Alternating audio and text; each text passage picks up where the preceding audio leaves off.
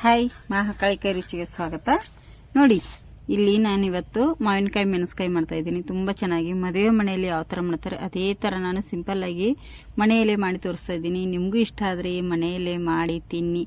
ಒಂದು ವಾರ ಅಲ್ಲ 2 ವಾರ ನಾವು ಫ್ರಿಜ್ಜಲ್ಲಿ ಇಡೋ ಅವಶ್ಯಕತೆನೇ ಇಲ್ಲ. 2 ವಾರ ಇಟ್ಟಾದರೂ ತಿನ್ಬೋದು. ಫ್ರಿಜ್ಜಲ್ಲಿ ಇಡಬೇಡಿ, ಹೊರಗಡೆ ಇಟ್ಟು ತಿನ್ನಿ, ತುಂಬ ಚೆನ್ನಾಗಿರುತ್ತೆ. ಹೇಗೆ ಮಾಡೋದು ಅಂತ ಹೇಳಿ ನೋಡ್ಕೊಂಬರೋಣ ಬನ್ನಿ. ನಿಮಗೆ ಇಲ್ಲಿ ಸರ್ವ್ ಮಾಡಿ ಕೂಡ ತೋರಿಸ್ತೀನಿ. ಅನ್ನದೊಂಟಿಗೆ ಅಂತೂ ಸೂಪರ್ ಆಗಿರುತ್ತೆ ಇದು.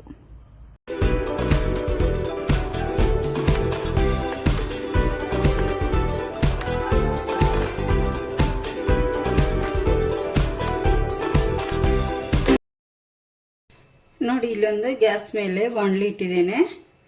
ಹಸಿ ಮೆಣಸ್ಕಾಯಿ ಮಾಡಲಿಕ್ಕೆ ಇಲ್ಲಿ 1-2 ಟೇಬಲ್ ಸ್ಪೂನ್ ಅಷ್ಟು ಕರಿ ಎಳ್ಳನ್ನು ಫ್ರೈ ಮಾಡ್ತೀನಿ. ಎಣ್ಣೆ ಅದು ಏನು ಬೇಡ, ಹಾಗೆ ನಾವು ಇಲ್ಲಿ ಫ್ರೈ ಮಾಡಿಕೊಂಡ್ರೆ ಸಾಕು, ಚೆನ್ನಾಗಿರುತ್ತೆ. ನೋಡಿ ಈಗ ಹುರ್ಕೊಂಡು ರೆಡಿಗಿದೆ. ಚಟ್ ಚಟ್ ಅನ್ನೋ ಸೌಂಡ್ ಬರುತ್ತೆ, ತುಂಬಾ ಇದಾಗುತ್ತೆ ಫ್ರೆಂಡ್ಸ. ನಾನು ಇದನ್ನೀಗ ಒಂದು ಪ್ಲೇಟಿಗೆ ತಗೊಂಡ್ಬಿಡ್ತೇನೆ. ನೋಡಿ 1ರಿಂದ 1.5 ಟೇಬಲ್ ಸ್ಪೂನ್ ಅಷ್ಟು ಉದ್ದಿನ ಬೇಳೆ ಹಾಕ್ತಾ ಇದ್ದೀನಿ. ಉದ್ದಿನ ಬೇಳೆ ಕೂಡ ನಾವು ಫ್ರೈ ಮಾಡಬೇಕಾಗತ್ತೆ. ಇಲ್ಲಿ ಎಣ್ಣೆ ಏನು ಹಾಕ್ತಾ ಇಲ್ಲ, ಹಾಗೆ ಫ್ರೈ ಮಾಡ್ಕೊತಾ ಇದ್ದೀನಿ. ನೋಡಿ ಎಣ್ಣೆ ಹಾಕುವಂಥ ಅವಶ್ಯಕತೆ ಇಲ್ಲ, ಹಾಗೆ ಫ್ರೈ ಮಾಡಿದರೆ ಆಯಿತು. ನೋಡಿ ಇಲ್ಲಿ ಫ್ರೈ ಆಗಿದೆ. ಈಗ ಉದ್ದಿನ ಬೇಳೆ ಕೂಡ ತಗೊಂಡ್ಬಿಡ್ತೇನೆ. ಹಾಗೆ ನಾನಿಲ್ಲಿ ಬ್ಯಾಡಗಿ ಮೆಣಸು, ನೋಡಿ ಒಂದು 5-6 ಬ್ಯಾಡಗಿ ಮೆಣಸು ಕೂಡ ಸ್ಲೋ ಉರಿಯಲ್ಲೇ ಫ್ರೈ ಮಾಡ್ಕೊತೇನೆ. ನೋಡಿ ಇಲ್ಲಿ ಈ ಥರ ಈಗ ಹುರಿದಿದೆ. ನೋಡಿ ಇಲ್ಲಿ ಕಾಯಿ ಮೆಣಸು ಕೂಡ ಚೆನ್ನಾಗಿ ಬ್ಯಾಡಗಿ ಮೆಣಸು ಹುರಿದಿದ್ದಾವೆ, ತಗೊಂಡ್ಬಿಡ್ತೀನಿ. ನೋಡಿ ಇದನ್ನು ಕೂಡ ಈಗ ಇದು ಬೀಜ ಇದ್ರೂ ಪರವಾಗಿಲ್ಲ. ಇಲ್ಲಿ ಸ್ವಲ್ಪ ಕಾಯಿ ತುರಿ ಕೂಡ ನಾನು ಹಾಗೆ ಮಿಕ್ಸಿಗೆ ಹಾಕಿದ್ದೆ, ತುರ್ಕೊಂಡಿರಲಿಲ್ಲ ಫ್ರೆಂಡ್ಸ, ಮಿಕ್ಸಿ ಮಾಡ್ಕೊಂಡಿದ್ದೆ. ಹಸಿ ತೆಂಗಿನಕಾಯಿನೇ ಈ ಥರ ಎಲ್ಲ. ಈಗ ಇದನ್ನು ಎಣ್ಣೆ ಹಾಕದೆ ಸ್ವಲ್ಪ ನಾನಿಲ್ಲಿ ಹುರ್ಕೋತೀನಿ. ಹಾಗೆ ಗ್ಯಾಸನ್ನು ಲೋ ಫ್ಲೇಮಲ್ಲಿ ಇಟ್ಕೊಳ್ಳಿ. ನೋಡಿ ಇದು ಕೂಡ ಹುರಿದಿದೆ. ಈಗ ನೋಡಿ ಯಾವ ಥರ ಉದುರಾಗಿದೆ. ಹಸಿ ತೆಂಗಿನಕಾಯಿ ಈ ಥರ ಇರಲ್ಲ, ಸ್ವಲ್ಪ ಹುರಿಬೇಕು, ಜಾಸ್ತಿ ಹುರಿಯುವಂಥ ಅವಶ್ಯಕತೆ ಏನಿರಲ್ಲ. ಗ್ಯಾಸನ್ನು ಆಫ್ ಮಾಡಿಕೊಂಡು ನಾನಿಲ್ಲಿ ಉದ್ದಿನ ಬೇಳೆ ಮತ್ತು ಮೆಣಸೇನು ಹಾಕಿದ್ನೆಲ್ಲ ಅದರೊಳಗಡೆ ತಗೊಂಡ್ಬಿಡ್ತೇನೆ. ಇದನ್ನು ಕೂಡ ಈಗ ನೋಡಿ ಇಲ್ಲಿ ಅದು ಮಸಾಲೆ ಹುರಿದಿರೋದು ಆರುವಷ್ಟರಲ್ಲಿ ನಾನು 2 ಮಾವಿನಕಾಯಿನ ತಗೊಂಡಿದ್ದೆ ಫ್ರೆಂಡ್ಸ. ಈ ಥರ ಸಣ್ಣ ಸಣ್ಣದಾಗಿ ಕಟ್ ಮಾಡಿ ಇಟ್ಟಿದ್ದೇನೆ ಮಾವಿನಕಾಯಿ. ಇದನ್ನೀಗ ಇದಕ್ಕೆ ಹಾಕೊಂಡ್ಬಿಡ್ತೇನೆ. ಹಾಗೆ 2 ಗೆರಟೆ ಕೂಡ ಹಾಕ್ತಾಯಿದ್ದೀನಿ. ಗೆರಟೆ ವೇಸ್ಟ್ ಮಾಡ್ಲಿಕ್ಕೆ ಹೋಗಬೇಡಿ, ತಿನ್ಲಿಕ್ಕೂ ಬರುತ್ತೆ, ಚೆನ್ನಾಗಿರುತ್ತೆ ಅದು. ಮತ್ತು ಅದಕ್ಕೆ ಸ್ವಲ್ಪ ನೀರು ಕೂಡ ಸೇರಿಸ್ತಾ ಇದ್ದೀನಿ. ಸ್ವಲ್ಪ ನೀರು ಹಾಕಿ ಈಗ ಬೇಯಿಸಬೇಕಾಗತ್ತೆ ನಾವು ಇಲ್ಲಿ. ನೋಡಿ ಅದೇ ಪಾತ್ರೆಗೆ ಹಾಕ್ತಾ ಇದ್ದೀನಿ. ಸ್ವಲ್ಪ ಇದು ಚೆನ್ನಾಗಿ ಬೇಯಲಿ. ಒಂದು ಚಿಕ್ಕ ಲೋಟದಿಂದ 1.5 ಲೋಟದಷ್ಟು ನೀರನ್ನು ಹಾಕ್ತಾ ಇದ್ದೀನಿ. ನೋಡಿ ನಾನು ಇಲ್ಲಿ ಇದಕ್ಕೆ ಈಗ ನಾವು ಒಂದು ಅರ್ಧ ಟೇಬಲ್ ಸ್ಪೂನ್ ಅಷ್ಟು ಅರಿಶಿನ ಹುಡಿ ಕೂಡ ಹಾಕ್ತಾ ಇದ್ದೀನಿ ನಾನು. ನೋಡಿ ಒಂದು ಅರ್ಧ ಟೇಬಲ್ ಸ್ಪೂನ್ ಅಷ್ಟು ಅರಿಶಿನ ಹುಡಿ, ಹಾಗೆ ರುಚಿಗೆ ತಕ್ಕಷ್ಟು ಉಪ್ಪನ್ನು ಕೂಡ ಸೇರಿಸ್ತೇನೆ. ಈಗಲೇ ಮಾಡೋವಾಗಲೇ ನೋಡಿ ಇದಕ್ಕೆ ಎಷ್ಟು ಉಪ್ಪು ಹಿಡಿಯುತ್ತೋ ಅಷ್ಟ ಉಪ್ಪನ್ನು ಸೇರಿಸ್ತಾ ಇದ್ದೀನಿ. ನೋಡಿ ಚಿಕ್ಕದು 1-2 ತುಂಡು ಬೆಲ್ಲ ಕೂಡ ಸೇರಿಸ್ತಾ ಇದ್ದೀನಿ. ಬೆಲ್ಲ ಬೇಕು ಇದಕ್ಕೆ, ಬೆಲ್ಲ ಹಾಕಬೇಕು, ಚೆನ್ನಾಗಿರುತ್ತೆ. ಈಗ ಮಿಕ್ಸ್ ಮಾಡಿ ಇದ್ರ ಮೇಲೆ ಒಂದು ಮುಚ್ಚಳ ಮುಚ್ಚಿ ನಾನೀಗ ಬೇಯಲಿಕ್ಕೆ ಬಿಟ್ಬಿಡ್ತೇನೆ ಚೆನ್ನಾಗಿ. ನೋಡಿ ಇಲ್ಲಿ ಹುರಿದಿಟ್ಟಿರೋಂಥ ಎಳ್ಳನ್ನು ಸ್ವಲ್ಪ ನಾವು ಈ ಥರ ತುಂಡು ಮಾಡ್ಕೋಬೇಕು. ಮೇಲ್ಗಡೆ ಸಿಪ್ಪೆ ಹೋದರೆ ಸ್ವಲ್ಪ ಬ್ಲ್ಯಾಕ್ ಕಲರ್ದು ಚೆನ್ನಾಗಿ ಕಾಣುತ್ತೆ ಅಂಥೇಳಿ ನೋಡಿ ಈ ಥರ ತಿಕ್ಕಿ, ಸ್ವಲ್ಪ ಜಾಸ್ತಿ ಏನು ಬೇಡ, ಈ ಥರ ತಿಕ್ಕೊಳ್ಳಿ. ಈಗ ಇದನ್ನು ತುರ್ಕೊಂಬರ್ತೇನೆ.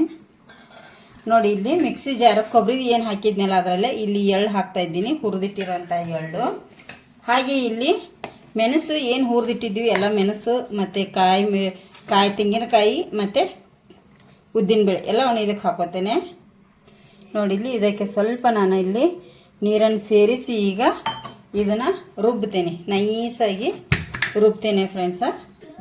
ನೋಡಿ ಇಲ್ಲಿ ಈ ಥರ ರುಬ್ಕೊಂಬಂದಿದ್ದೇನೆ. ಈಗ ನೋಡಿ ಇಲ್ಲಿ ಕುದೀತಾ ಇದೆ, ನಾನು ಮುಚ್ಚಳ ತೆಗಿತೇನೆ. ಈಗ ಇದಕ್ಕೆ ಒಂದು ಮೆಣಸಿನ್ಕಾಯಿ ನಾನು ಆವಾಗಲೇ ಹಾಕಬೇಕಾಗಿತ್ತು, ಒಂದು ಉದ್ದಿಸಳ್ಳಿ ಮೆಣಸಿನ್ಕಾಯಿ ಹಾಕಲಿಲ್ಲ, ಮರ್ತೋಯ್ತು ಫ್ರೆಂಡ್ಸ.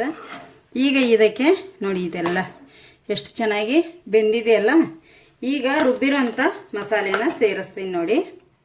ಇದಕ್ಕೆ ಎಲ್ಲವನ್ನು ಇದಕ್ಕೆ ಹಾಕ್ತೀನಿ. ಈಗ ನೋಡಿ, ಈಗ ಮಿಕ್ಸ್ ಮಾಡ್ಕೊತೀನಿ. ಮಸಾಲೆ ಮಾವಿನಕಾಯಿ ಎಲ್ಲ ಮಿಕ್ಸ್ ಆಗಬೇಕು. ಗೆರಟೆ ಏನಾದರೆ ತಿನ್ಲಿಕ್ಕೆ ಬರುತ್ತೆ ಫ್ರೆಂಡ್ಸ, ಒಳ್ಳೆಯದಾಗತ್ತೆ ನೋಡಿ ಎಷ್ಟು ಚೆನ್ನಾಗಿ. ನೀವು ಇಲ್ಲಿ ಪೈನಾಪಲ್ ಕೂಡ ಹಾಕ್ಕೋಬೋದು. ಮಾವಿನಕಾಯಿ ಇಲ್ಲಾಂದರೆ ಪೈನಾಪಲ್ ಹಾಕ್ಕೊಳ್ಳಿ. ಮಾವಿನಕಾಯಿ ಸೀಸನಲ್ಲಿ ಮಾವಿನಕಾಯಿ ಹಾಕಿದರೆ ಚೆನ್ನಾಗಿರುತ್ತೆ. ಮೆಣಸ್ಕಾಯಿ ಸೂಪರಾಗಿರುತ್ತೆ ಇದು ನೋಡಿ. ಈಗ ಇದು ಸ್ವಲ್ಪ ಈಗ ಕುದೀಲಿ. ಇದಕ್ಕೆ ನಾನು ಏನು ಮಾಡ್ತೀನಿ ಅಂದರೆ, ಈಗ ಒಂದು ಸ್ವಲ್ಪ ಕುದಿಯುವಾಗ ಇದಕ್ಕೆ ಹಸಿದು ಹುರಿಯೋದಿಲ್ಲ, ಏನೂ ಇಲ್ಲ, ಒಂದಿಷ್ಟು ಶೇಂಗಾನ ಹಾಕ್ತೀನಿ. ಇದು ಬೇಕಂದರೆ ಹಾಕ್ಕೊಳ್ಳಿ, ಬೇಡಾದರೆ ಬಿಡಿ, ಆಪ್ಷನಲ್ ಇದೆ ನಿಮಗೆ.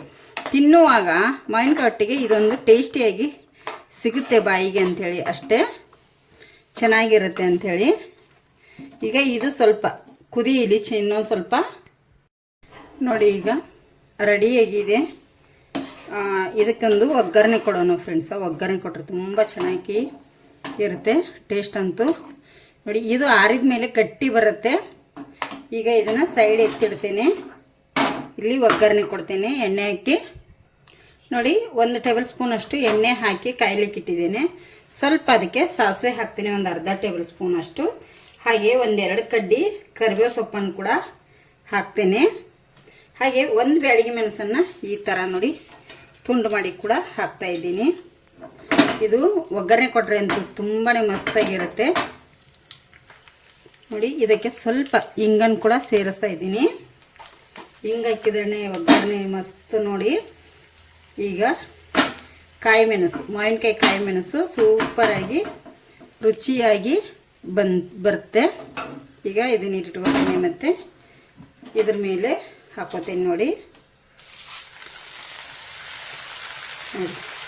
ಈಗ ಇದನ್ನು ತಿರುಗಿಸ್ಕೊಂಬಿಡಿ. ಈಗ ಕಾಯಿ ಮೆಣಸು ರೆಡಿಯಾಗಿದೆ. ಅನ್ನಕ್ಕದು ಸೈಡ್ ಡಿಶ್ ಆಗಿ ತುಂಬ ಚೆನ್ನಾಗಿರುತ್ತೆ. ಗೆರಟೆ ಏನಿದೆ ಈಗ ಇದು ಕೂಡ ಮಸಾಲೆ ಎಲ್ಲ ಹೀರ್ಕೊಂಡಿರ್ತಲ್ಲ, ತುಂಬ ಚೆನ್ನಾಗಿರುತ್ತೆ. ಗೆರಟೆ ಕೂಡ ನೋಡಿ ಎಷ್ಟು ಚೆನ್ನಾಗಿ ಅದು ಕೂಡ ಮಸಾಲೆ ತೊಗೊಂಡಿದೆ, ಸೂಪರಾಗಿದೆ. ನೀವು ಒಮ್ಮೆ ಮನೆಯಲ್ಲಿ ಟ್ರೈ ಮಾಡಿ. ಮದುವೆ ಮನೆಯಲ್ಲಿ ಮಾವಿನಕಾಯಿದು ಮೆಣಸ್ಕಾಯಿ ಯಾವ ಥರ ಮಾಡ್ತಾರೆ ನೋಡಿ, ಅದೇ ಥರ ಮಾಡಿ ತೋರಿಸಿದ್ದೇನೆ. ಹೇಗೆ ಬಂದಿದೆ ಅಂಥೇಳಿ ಕಮೆಂಟ್ ಮಾಡೋದನ್ನು ಮರಿಲಿಕ್ಕೆ ಹೋಗ್ಬೇಡಿ ನೋಡಿ. ನಿಮಗೆ ಸರ್ವ್ ಮಾಡಿ ಕೂಡ ತೋರಿಸ್ತಾ ಇದ್ದೀನಿ. ಒಂದು ಬೌಲಿಗೆ ಹಾಕಿ ನೋಡಿ. ಈಗ ಗೆರಟೆಗಳನ್ನು ಸಹ ಹಾಕ್ತಾ ಇದ್ದೀನಿ ನೋಡಿ. ಮೆಣಸ್ಕಾಯಿ ಸೂಪರಾಗಿದೆ. ಮಾವಿನಕಾಯಿದು ತುಂಬ ಚೆನ್ನಾಗಿರುತ್ತೆ. ನೀವು ಮನೆಯಲ್ಲಿ ಟ್ರೈ ಮಾಡಿ ಹೇಗೆ ಬಂದಿದೆ ಅಂತೇಳಿ ಕಮೆಂಟ್ ಮಾಡಿ. ಹೊಸಬ್ರು ನಮ್ಮ ಚಾನಲ್ ನೋಡ್ತಾ ಇದ್ದಾರೆ, ಪ್ಲೀಸ್ ಸಬ್ಸ್ಕ್ರೈಬ್ ಮಾಡ್ಕೊಂಡು ನೋಡಿ.